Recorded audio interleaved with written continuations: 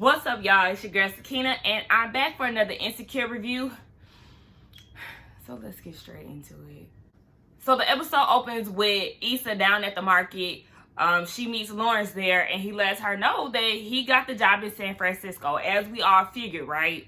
So he's saying how it has all these good benefits and whatnot, and she's happy for him, but he wants to know where they stand. And, is this a deal breaker for Issa? And her thing is, I'm fine with doing the whole long distance thing. If it works out, then it works out. She really wants to make it work with him. And he feels the same way. You could actually see that Lawrence is on board with being with Issa again. I did kind of feel like something was weird. And we're going to talk about that. But, he is putting forth some effort, letting her know that he's all in. So Issa is like, I would even consider moving down there. Excuse me? This is too soon. That's what I'm saying. Like, I understand that y'all are supposed to be working it out. And y'all know that I was team Issa and Lawrence. But now I'm kind of like mixed emotions. Only because I want to protect Issa. I don't really know what it is with Lawrence. But I just felt like he wasn't all the way there, which we do see. But I just feel like you're doing too much too soon, Issa. Try the long distance thing out first. And then, maybe a year into it, y'all have to really show commitment before you throw out there the possibility of you moving to San Francisco. Girl, what? We get a scene with Andrew and Molly. They're down at one of Molly's work events. And Andrew is trying to spot where Torian is. So he spots him or whatever, and one of her co-workers, what's his name, BJ? He had came up and invited them to basically an after-hour spot. And at the same time, Andrew said, no, we good. And Molly was like, yeah, we're down. But, you can kind of tell that was going to be an issue. So BJ is like, look, y'all just let me know if y'all can come through. And Molly is wondering, like, why you don't want to go? Andrew is good. He really not trying to do that. He having a good time at the event, but he don't want to do nothing else after that. And Molly is trying to persuade him, like, you know what? We can go to the spot and I can have the bartender play one of your artist music, just basically trying to bribe him to get him to come. He agrees to it, but you can already see in his face that he is not okay with that. And I had already thought about it. That's him bending to work with her. But she didn't want to bend with him to go to the Clippers game with Victor. I already knew that was going to be an issue. And we'll talk about that later too. Issa pulls up on Nathan at his job. And when she walks in, he's like, oh, everybody, what's up? This is Issa. And she like, hey. And nobody acknowledged her. Like, y'all rude as hell. That was funny as hell to me though. Side note, I hated Issa's hair. I hated them two puff balls. And then them dangling, what in the 3-year-old hell? They know they could have did something better with her hair. And that's what really be making me mad. Because, Molly be serving looks. Her wigs may not always be the best. And some of her outfits may not be the best. But 9 times out of 10, Molly is giving looks. Issa, we already know she's supposed to be that awkward black girl, whatever. But, baby, you can be awkward and cute. You can be casually cute. You don't have to be, she can wear her chucks and still look cute. I hated that whole look. It bothered me on both of those scenes that she wore the damn puff balls. So they go to the back. Remember in the last episode, Nathan was saying that he has a space available. So he was showing that to her, and it's a good space for purchasing merchandise and maybe, her wellness event, whatever the case. This is a time where Nathan wanted to be open and honest about how he felt about things with Lawrence. He apologized for his commentary, the shady ass remarks that he was saying. And he just wanted to be clear in his feelings. I just want to be clear in my feelings, girl. I'm sorry, y'all. I'll be singing. Basically, Nathan was bothered that she got back with Lawrence, but, they still want to be good friends. And Issa let it be known, like, hey, I'm with Lawrence. We could be friends, but that's that.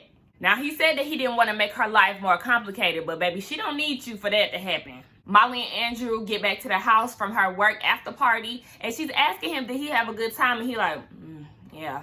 Like, clearly, he did not enjoy it, but she ain't paying attention to that. So, he's happy to be at the house. He ready to watch Looking for LaToya reunion. How you have a reunion on the show with a girl missing? How that work? But Molly is ready to lay it down. And Andrew was like, okay, well, I won't tell you what happened. But Molly is like, no, you can't watch without me. So this is blowing the hell out of Andrew. And he's like, sure, we just do it on your schedule. And she could sense, a little attitude coming from that. So she's like, what do you mean? And his whole thing is, if I was the one who wanted to go out today, baby, I would have heard it all, okay? It would have been an issue.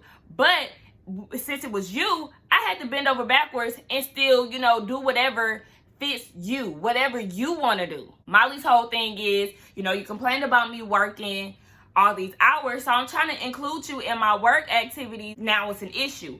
Andrew is upset because he feels like he can't say what's bothering him without being dismissed by Molly. So this is the whole thing, he is really over making things work and trying to fit into Molly's space and trying to please her. It's basically her way or the highway, as you already know. And Andrew was over the shit.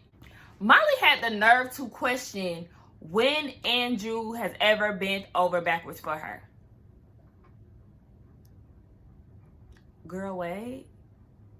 All the time, like he said, since y'all met, bitch. If it ain't going your way, then it's a problem. You see how you acted when he tried to side with Issa both times at the block party and after y'all had talked about it or was supposed to talk about it. It's always something. And yeah, you didn't go to the Clippers game with his brother. And she was like, I thought we got past that. How could you think that y'all got past that when that's his brother? How could you really think that y'all got past that? Y'all never gonna get past it if you never face it. That's his brother.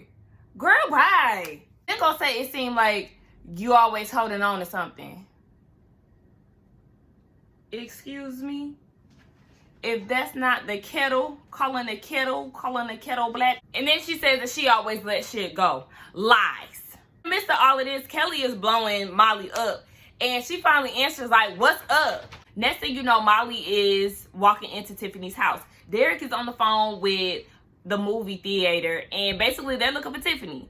She had been missing for a day. She let him know that she was going to take some time off and go to a hotel for the night, but he hasn't heard from her since because she had cut off her phone. And then Tiffany's mom is at the table talking to Kelly, talking about, I had a dream about catfish last night, and you know what that means. And Kelly's like, no, I don't know what the hell that means. Like, when you dream of fish, somebody is usually pregnant, but a specific fish, catfish, was it fried, sis? Like, wait, what you mean? Derek decides to go down to the movies to find her. Kelly was like, look, I'm going too because Gloria, Tiffany mom, she told me how I was going to die. And baby, it's on brand, so I gotta go too. I don't know why I thought that shit was so fucking funny. Oh my gosh, I love Kelly. They all decide to go. They decide to split up, and it leaves Molly and Issa by themselves. And truth be told, with all this shit going on, by that time, I totally forgot that they wasn't friends.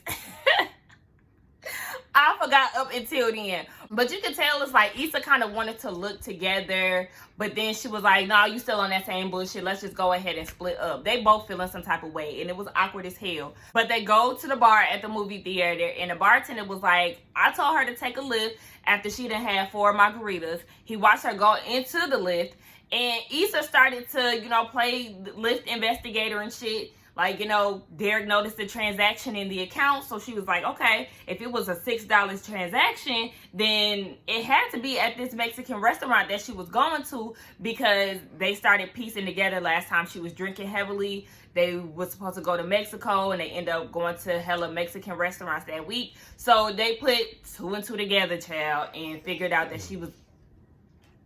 Sorry. My dog. But yes... so they figure out what restaurant it was, and when they went to the restaurant, they're asking one of the workers, has he seen Tiffany? And he was like, I don't really be paying attention. I don't like this job, so I tend to space out. Listen. Yeah. So they noticed that it was a surveillance camera, and they go to the back to look at it. They find Tiffany, and they see her getting on a bus. So they go ahead and follow the bus route and figure out which hotel would be in that path of the bus that she was on. While they're on the bus, they're calling around different hotels trying to figure out, you know, where she could be.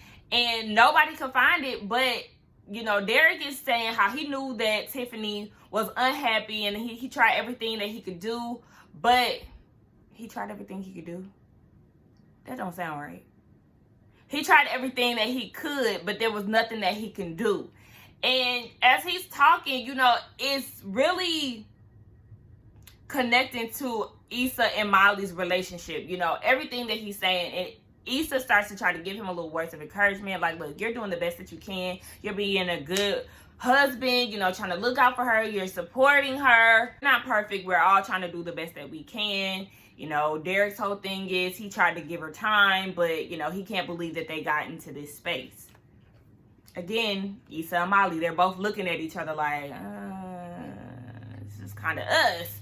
And Kelly is on the phone with a hotel, and this man, he's obviously gay. He's like, sis, you know, basically my inner black woman is trying to tell me something. I'm like, what do you mean your inner black woman? Go sit the hell down. So she gets some information from one of the hotels. She's at the Sheraton Hotel, and they're passing it while they're saying that. So they try to get the bus driver to stop. Mind you, this damn bus driver looked like D.L. Hughley to me. They say he looked like somebody else, but I didn't know who the hell it was.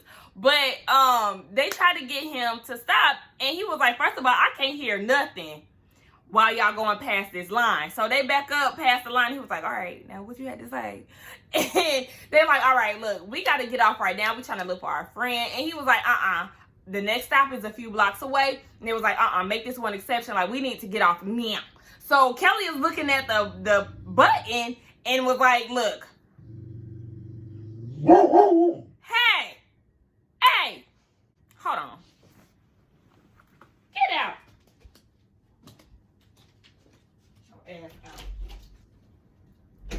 So Issa is egging Kelly on to press the open the door button, and she does because they get to a stoplight.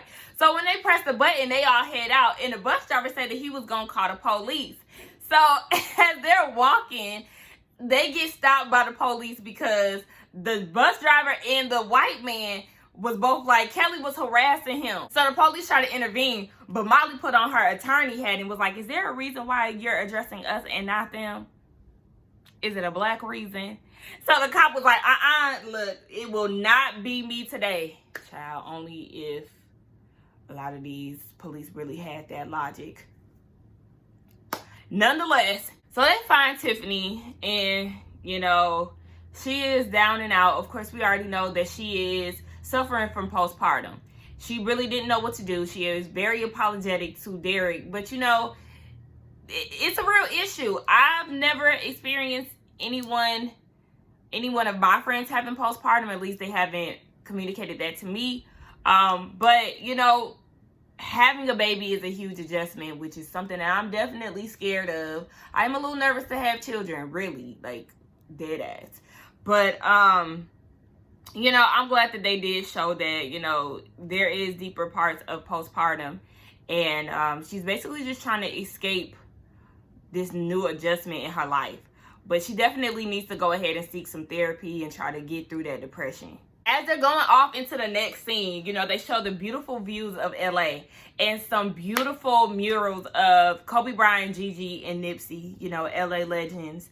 And I was like, damn, I really do need to get out to LA. I want to see some shit. It's a beautiful, beautiful city. Molly gets over to Andrew's house, and, you know, he doesn't really want to talk about last night because he knows that she had a long night with the whole Tiffany situation. But, you know, Molly is begging to speak to him. She rather talk about it now than to let it build up. Okay, you taking some pointers from therapy. I'm proud of you for that. And so he talks about it, but his whole thing is he is not sure if they're a match. They haven't been on the same page for a while. And Molly's whole thing is we have to be a match. It has to be something between us because neither one of us have been in a relationship for this amount of time. Andrew's whole thing is, you know, it's not even about my brother because Molly mentioned the whole Victor situation. He was like, you know, it's not even that. Basically, they've been off for a long time. He's been feeling the same way Issa was feeling. Andrew says that it doesn't have to be that hard. So, Molly is begging and pleading, and he has to stop her. Like, what are you really fighting for right now? Is this something that you really want? So Molly's starting to tear up, and, she's nodding her head. She's not saying it verbally. I don't know if that's enough for Andrew. I don't know if she is really unsure and she's just saying yes. Like, I don't really know. Do I think that Molly wants to be in the relationship with Andrew? Yes. She just needs more time to work on herself. She still needs therapy. She has some things that she needs to change because Molly is hard-headed as hell. And it's not going to work if you can't be a partner to your partner. If everything is about you and you're being selfish, it's never going to work. So we get a scene with Issa at the house, and Lawrence pulls up. She makes a little joke, and he's real standoffish. You can tell something is wrong with him. So she was like, "What's good? You okay?" Nah. Condolences. Okay, yes, I'm calling her ass condolences. I've been staying on the right track as far as giving her her respected name that she was born with, but today she is condolences because it fits, okay? So, condolences came over. She pregnant, y'all. She pregnant. Y'all was right this whole time. She's pregnant. And when I tell y'all, I yelled at the TV. Y'all really gonna Melanie and Derwin us? Really? So, she's pregnant. She wants to keep the baby. Says she's 3 months pregnant and she's keeping it. First thing that came to mind was you. Second thing was, how do I know if it's mine and is it true? Third thing was me wishing that I never did what I did. How I ain't ready for no kid, and bye-bye to me and Issa's relationship. So basically, all that shit that I sung is exactly what Lawrence was going through, okay? He questioned if the baby was his. He said he ain't ready. He wanted to see if she wants to get an abortion. She said that she wasn't ready with Mark, who we're assuming is her ex-husband, but she's ready now. So you wasn't ready to have a baby with your husband, but you ready to have a baby with somebody who wasn't, married to you. Y'all's relationship was very brief. He's moving to San Francisco, so I don't even know how this is going to work. She told him that he doesn't even have to be that involved if he doesn't want to. So Issa's like, you know what? This is too much. I thought that shit was finally together, but we all, not us all, but a lot of us did want to see Issa and Lawrence together. But as this stuff starts to progress throughout the episodes or throughout the season, it kind of just made me not love the idea as much as I thought I would. Now, what was that? Episode 8, baby, I was here for all of it, but it's just, I just knew that it was too good to be true in a sense, So Issa's really stressing out about it. She had to smoke a blunt, get her mind right. And the next scene that we see, she's walking into a shop, the Ethiopian restaurant, and it was Molly. Molly called her. Molly finally took some initiative to make her friendship work. And I think that it is great that they actually are in a space to where they can talk because they need each other. Molly is uncertain about her relationship and her whole therapy situation. She got some shit to work out. Issa is very conflicted as far as the relationship with her and Lawrence. This nigga got a baby on the way. You're giving, that's why I said you was giving up way too much, sis. Especially this early on. This too early. It was too early, okay? It was way too early. So that was the end of the episode. It definitely was a cliffhanger. We don't know where Issa and Lawrence are going to be. We don't know where Lisa is going to stand with Nathan. Will this push her closer to Nathan? What's going to happen? Is Lawrence going to move to San Francisco knowing that he has a baby on the way? What happened with Molly and Andrew? Are they going to work it out, or did he leave her? Something telling me that Molly is single. Something telling me that Andrew has given her so many times to really, get her act together, and she's just missed out on all of it. All the chances that he's given her have went over her head. Where's Chad Chad. Why didn't we see Chad? We haven't seen Chad since before the block party. I don't like that. Next season, you know, they did get renewed for season 5. So next season, I think it's going to be really good. I loved season 4. I think they did a great job with this. Even though they made us wait a whole fucking year for it, it was worth it. And plus, they gave us 2 more episodes. I'm just looking forward to next season, y'all. Y'all let me know how y'all think about the episode. Don't forget to like, comment, and subscribe to my channel. And of course, I will see y'all next week. Oh yeah, by the way, with this being over, I do watch The Shy that comes on next week, I think. So I'll be reviewing that as well. So I'll see y'all next time. Bye.